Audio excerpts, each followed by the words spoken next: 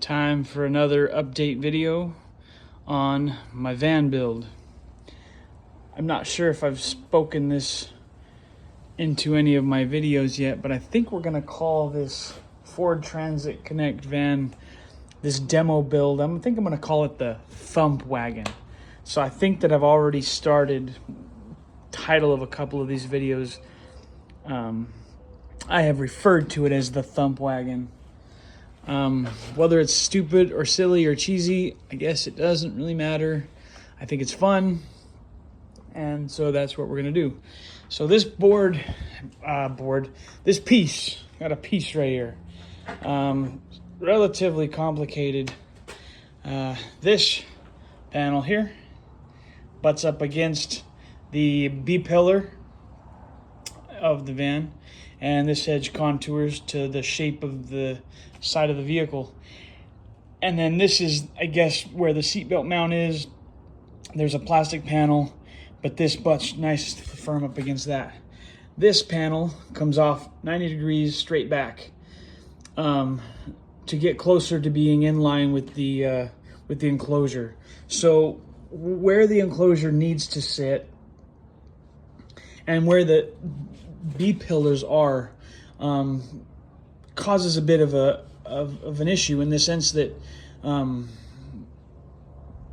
where you sit is kind of into the B-pillars, so the enclosure has to be back a fair amount. But in order to wall this off to the B-pillars, I've got to come up with what we've got here to sort that out. So I've got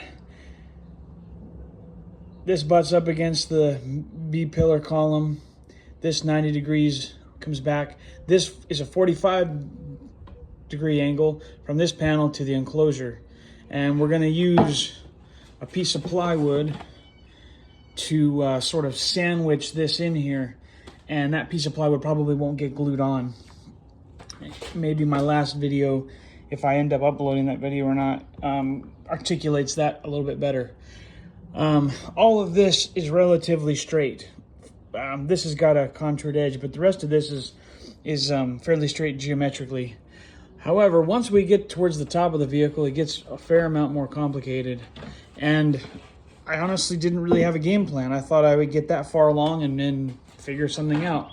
So what I did was I took, let's see, 1, 2, 3, 4, 5, 6. With this in place in the vehicle, I just slid a piece of plywood in and kind of started marking out where it needed to be cut. And then I just cut and, sanded the material away until it slid in and fit relatively nice. Now, if you look super close, it's definitely not precise. I could like Bondo or wood filler this area in.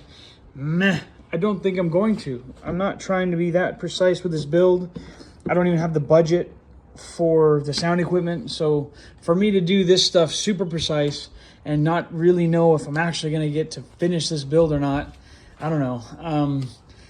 We'll see. I think it's going to be good enough, whatever that means. Good enough for me, good enough so that from a glance, at a glance, if you're demoing this vehicle, you won't really see the little details.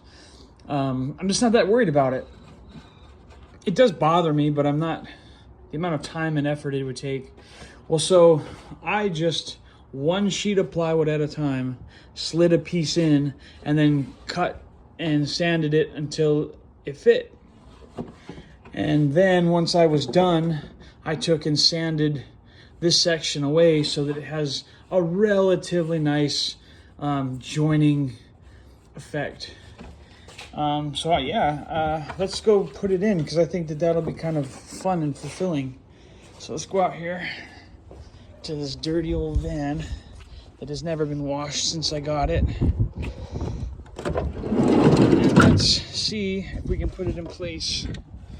All right, let's see if I can video this.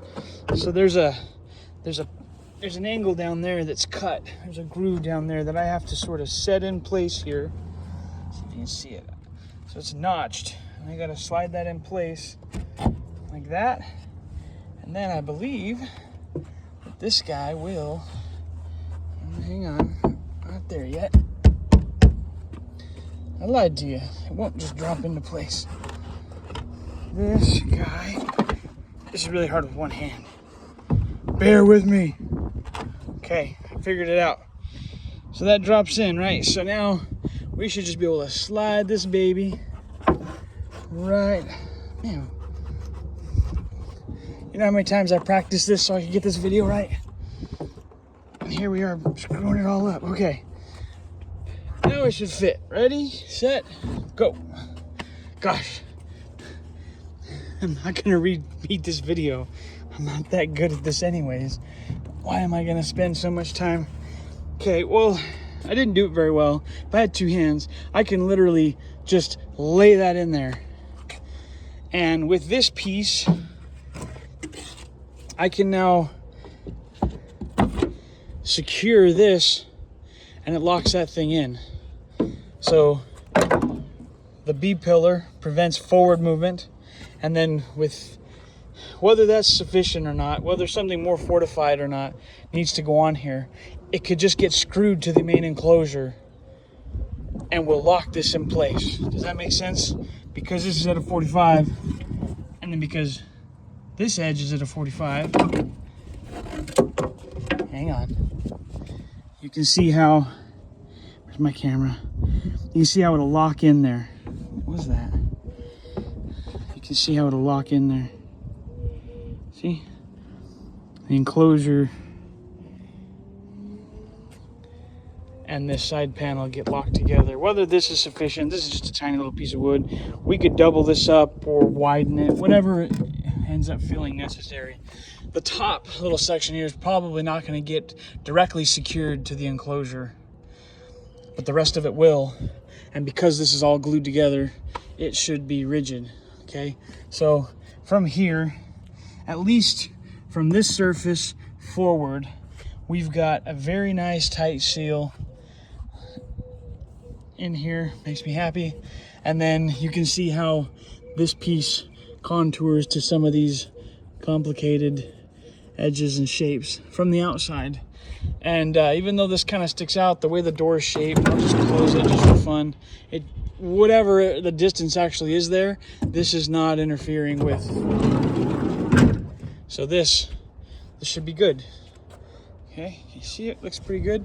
Whether or not these little gussets are necessary, something told me that it would be cool to put them there, and so I did. I believe that this being at a 45-degree angle, I don't know that it necessarily generates structural increased integrity, but I just felt like putting these in here. I don't know. I just felt like it, so I did.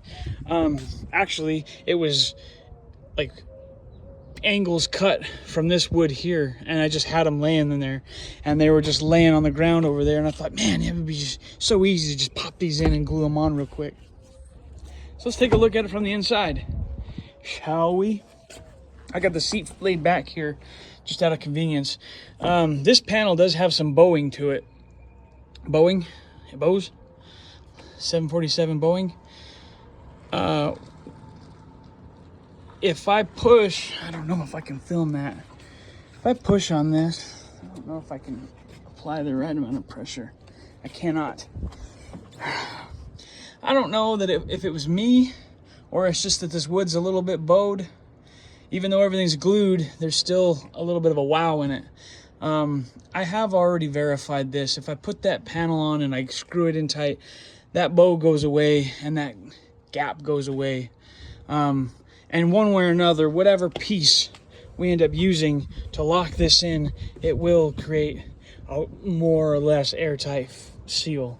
So, I mean, I don't know, you can probably see that gap, but I can lean up against this without that much pressure necessarily, and I can get that gap to go away. It doesn't take that much pressure.